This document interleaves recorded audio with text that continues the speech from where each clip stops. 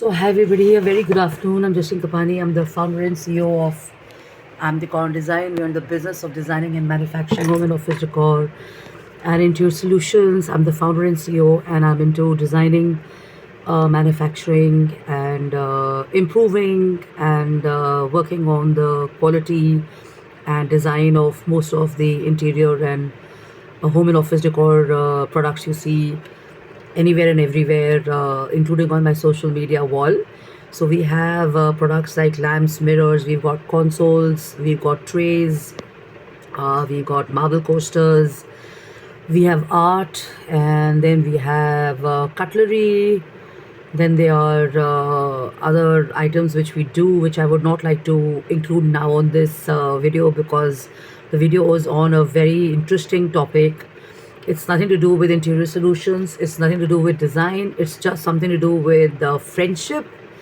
So, friendship, which is the most crucial and a very important aspect of human bonding. And without sounding really technical or without sounding like a psychologist, which I'm not, but I read a lot and stuff, and I practice a lot of spirituality and stuff. And I see that during the course of my life, the journey is still going on. I mean, we are too young in our 40s or 50s to even say that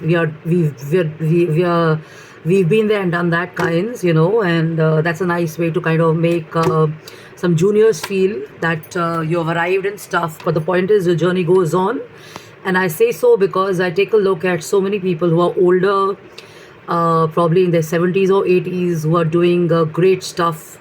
And you can see the world leaders, you can see the minister of our countries, ministers, you can see people from different parts of the world. Everybody and anybody is working. I mean, there are ladies who are doing stuff. They start late in life, even in their 60s, and they go on. And we have sports people, we have journalists, we have authors, we have entrepreneurs, we have businesswomen, we have columnists, we have TV personalities, then we have bureaucrats, we have people who are working in the corporate world, in chambers, and all across the globe. So people are from different backgrounds and different worlds. Some of them become your good friends, some of them don't become your friends. And then you have those friends with whom you kind of have no work connect or no global connect, but they're just your friends because you hit it off. Then you met in a coffee shop, or you just generally drop into the mall and they're there, and you've spent so many years and evenings and times having conversations with them.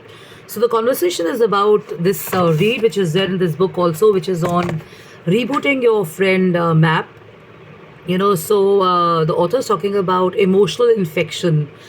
So I believe in this, that people are infectious. They either grow on you, they make you feel really good, and you want to spend time with them, you want to get to know them, or they really uh, you don't like them, or you don't feel comfortable around them, or after having spent some time with them, you realize that they're not the kind of people you want to be with, because you start talking about sad stuff, upsetting stuff, or I mean, they bring out the negative part of emotions, and you can't have a regular easy free flow conversation with them. And then there are these people you meet, they may be relatives, they are friends, they're professional acquaintances, or they're people you meet generally, maybe like I said, in a coffee shop, or in a golf club, or in a neighborhood, and you meet them and you hit it off, and when you're in their company you feel safe, you can open up, you can talk, and you can have a free flow conversation and stuff.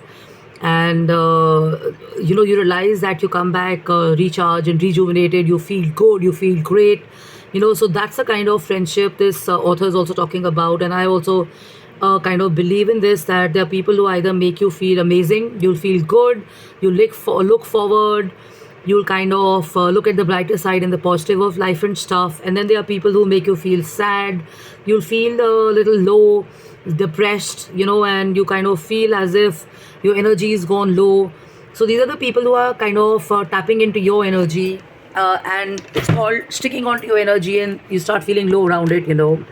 And it doesn't have to be in person, it can happen anywhere and everywhere. I mean, I meet so many people who tell me about energies. They go into a room and they can feel people Your gut instinct is telling you that stay away from that person, so you do that, and suddenly you feel you met someone and you want to hug the person, you want to spend more time with the person, you kind of can hit it off and you can have a conversation with them. So those are the kind of people, with whom you have more probabilities of having friendships and relationships and stuff.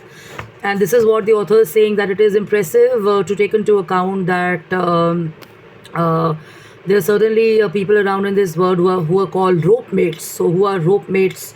Rope mates are those who are basically wanting to drag you down into their own circle of feeling sad and miserable, or not feeling that great and stuff.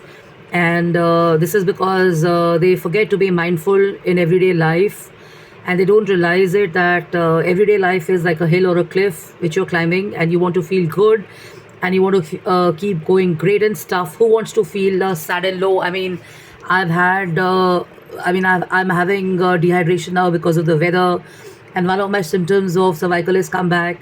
I want to feel good, I want to feel great, so I made up a plan to meet up with a friend of mine yesterday at CP. I went there irrespective of the fact that I was not feeling that great, but I made a promise, and I was not sure if I'll be able to catch up with this person who's come from Nepal. And believe me, we hit it off. It was so nice to hear him. I didn't know him from before. We met in some events and stuff, and we were spending time getting to know each other. And the place was big chills. It felt as if we were in some hill station, because the ambience and the interiors of that space is like a hill station. You feel as if you're in probably Dharamshala or Leh Ladakh, or you're in some monastery, or you're in probably, let's say, you're in a cool place and stuff. And it was nice to hear thoughts from this person about me and stuff. And like I said, there's so much more to know about people, and these are professional acquaintances who end up becoming friends and stuff. At least there's no pre-planned agenda कि क्या करना है क्या नहीं करना है, और उनसे क्या मिलेगा उनसे क्या नहीं मिलेगा. How much can you do that? So these people are called rope buddies. So what is rope buddies? Rope buddies are people who try and carry out auditions, or they practice before they come and meet you, because they want to have rope buddies where they can get some benefits out of you and stuff. And some bad rope buddies are those who are complaining and criticizing others, and that negativity can definitely infect you and make you feel bad. And then there are the people who are asking too much of your time, who are demanding attention and favors and stuff, and they tend to let you down when you meet them. Meet them the most, they kind of try and make you feel as if it's all your fault, even if it is somebody else's fault. And these are the people who are easy to recognize, because when you're with them, you'll feel irritated, you'll feel tired, or you feel despirited after being with them, which means that, in other words, you feel even worse.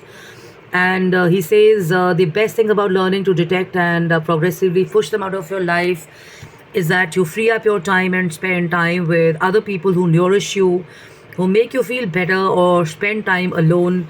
Man is a social animal. We need company, but nobody's going to kind of, I'm sorry to say this, but die without not having people around him and stuff. And of course, he says we all know people who have energy which is contagious. After spending a brief time in their company, we feel good without knowing exactly why. But these are the people you want to kind of spend your time with, have conversation with them, conversations with. When you interact with them, you start feeling happier, you start feeling better. I've already said that. And you don't need the technical or the technological world or the Instagram world to be around them. And my suggestion on this is, if you really want to reboot your friend map, try and keep it personal, speak to people offline, follow the great way of good friendships, pick up the phone and have a conversation, because there's so much to share, there's so much to know. Messages don't get miscommunicated. You know how the person sounds, and we all have a rub off. We all connected to each other. And avoid people who are kind of complainers, who are criticizing, who are doing small talk, because that energy is going to infect you and eat you up and stuff, and you're going to start feeling miserable. And start spending time with more positive people, be in places which are uplifting, listen to good music, watch some nice videos, listen to some good pep talk, keep it light, enjoy new people, because those are the people who will give you new perspectives about you. And sometimes it can be boring and tiring because certain people only see you in a certain manner. They can't see the good side of you and stuff. So you start misbehaving in front of them and stuff at times. That's because they're rubbing you the wrong way. It can be irritating, it can be frustrating. These are not negative words, these are emotions you feel. So address them and stuff.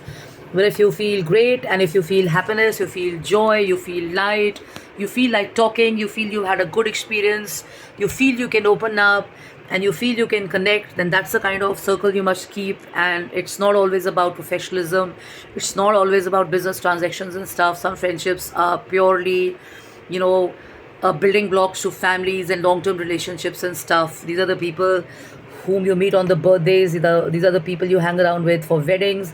These are the people you travel with. These are the people you catch up with over coffee.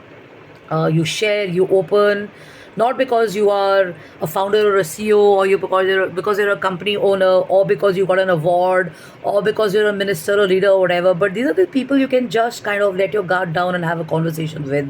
So try and figure that out. So this is called the emotional reboot.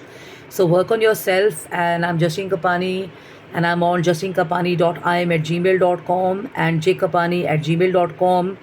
And keep writing in. Thanks for your likes. And actually, I'm getting more of personal messages and emails rather than likes and stuff. So thank you so much, and thanks so much for your messages and your emails and stuff.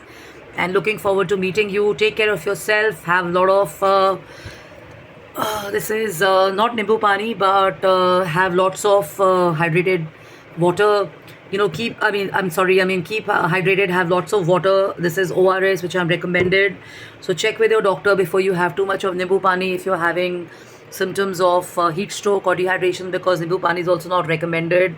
So, take care of your health and see your doctor ASAP, because prevention is better than cure.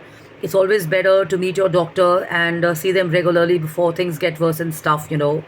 So have fun, enjoy yourself, and get hold of this book. It's called The Ikigai. It's kind of matching with the color of my t-shirt as well. So enjoy, and rather than being on the virtual world, glue into the real world.